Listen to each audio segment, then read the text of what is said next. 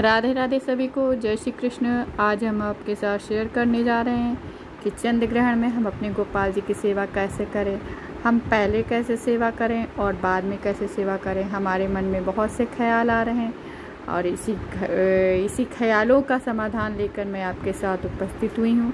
तो आइए जानते हैं कि अपने गोपाल जी की सेवा हम कैसे करेंगे। प्रतिदिन हम जैसे गोपाल जी को उठाते हैं वैसे ही उठाना है हमको। थोड़ा जल्दी प्रातः उठाना पड़ेगा हम लोगों को, क्योंकि समय का विशेष ध्यान रखना है। और हम अपने गोपाल जी को उठाकर उनको रोज़ की तरह आचमन कराकर भोग लगाऊंगी और उसके बाद उनको स्नान कराऊंगी, श्रृंगार करूंगी और उसके बाद फिर से भोजन भोग लगाऊंगी। भोजन तैयार करूंगी, उसके बाद भोजन का भोग लगाऊंगी। तो भोजन का भोग लगाने के बाद उनको थोड़ी देर के लिए हम लोग शयन भी करा देंगे। शयन कर इसलिए क्योंकि हमको पूरे दिनचर्या की सारी विधि उसी टाइम पर करनी है, 1 बजे के अंदर ही करनी है, क्योंकि सूतक काल 1 बजे से स्टार्ट हो जाएगा। तो हम लोगों को 1 बजे तक सारी दिनचर्या उनके साथ जो भी करते हैं हम लोग कर लेनी है। और उसके बाद 1 बजे तक कोशिश करें कि 1 बजे तक हम लोग उनको शयन करा दें और फिर उसके बाद उनको स्पर्श नहीं करेंगे हम लोग। इस वर्ष चंद्र ग्रहण 7 सितंबर को रात्रि 9:57 से प्रारंभ होकर मध्य रात्रि 1:27 तक चलेगा। इसका मोक्ष का समय है 1:30 बजे। रात्रि 1:30 बजे इसका मोक्ष होगा। इसका सूतक काल दोपहर 1 बजे से शुरू हो जाएगा।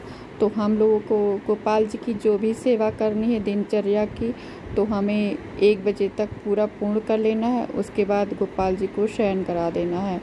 और हो सके तो उनके लिए टिफ़िन में कुछ तुलसी दल डालकर, कुछ मेवा मिष्ठान जो भी आपके पास उपलब्ध हो आप वो रख सकते हैं और उनकी सेवा में वो रहेगा।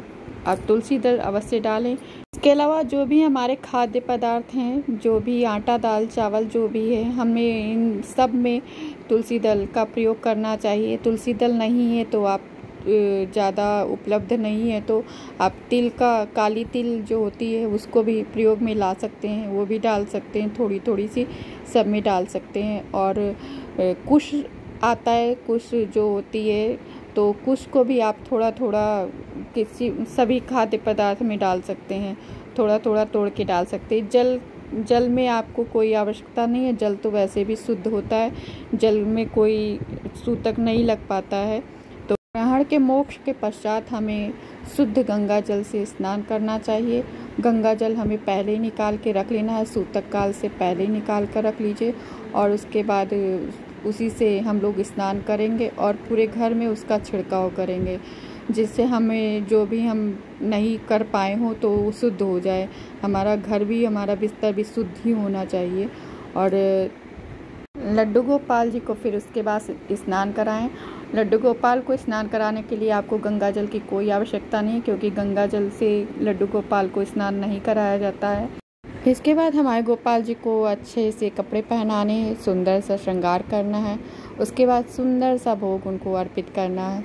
कोशिश करें गोपाल जी को सुबह जल्दी कुछ अच्छा सा भोजन तैयार करके, जल्दी वाला भोजन तैयार करके उनको भोग लगाएं, क्योंकि वो एक दिन पहले के दोपहर के खाए रहेंगे तो उनको भूख लगी होगी। तो भोजन वो अपने भाव के ऊपर निर्भर करता है कि हमारा भाव कैसा है उनके प्रति। तो हमें अच्छा सा भोजन तैयार करके उनके भोग लगाना है और फिर उनकी सुबह की आरती करनी है और फिर उनको विश्राम देना है, क्योंकि भगवान जी सुबह जल्दी उठाएंगे तो थक जाएंगे। तो उसके बाद उनको विश्राम देंगे और फिर हम अपनी दिनचर्या शुरू करेंगे। दोस्तों, अगर मेरा वीडियो आपको अच्छा लगा हो तो लाइक करें, कमेंट करें और मेरे चैनल को सब्सक्राइब करें। बेल आइकन को अवश्य दबाएं ताकि मेरी आगे आने वाली वीडियो आपको अवश्य मिल जाए। तो आगे इसी तरह लड्डू गोपाल से जुड़ी जानकारियों के लिए हमारे चैनल से जुड़े रहिए। सभी को राधे राधे, जय श्री कृष्ण।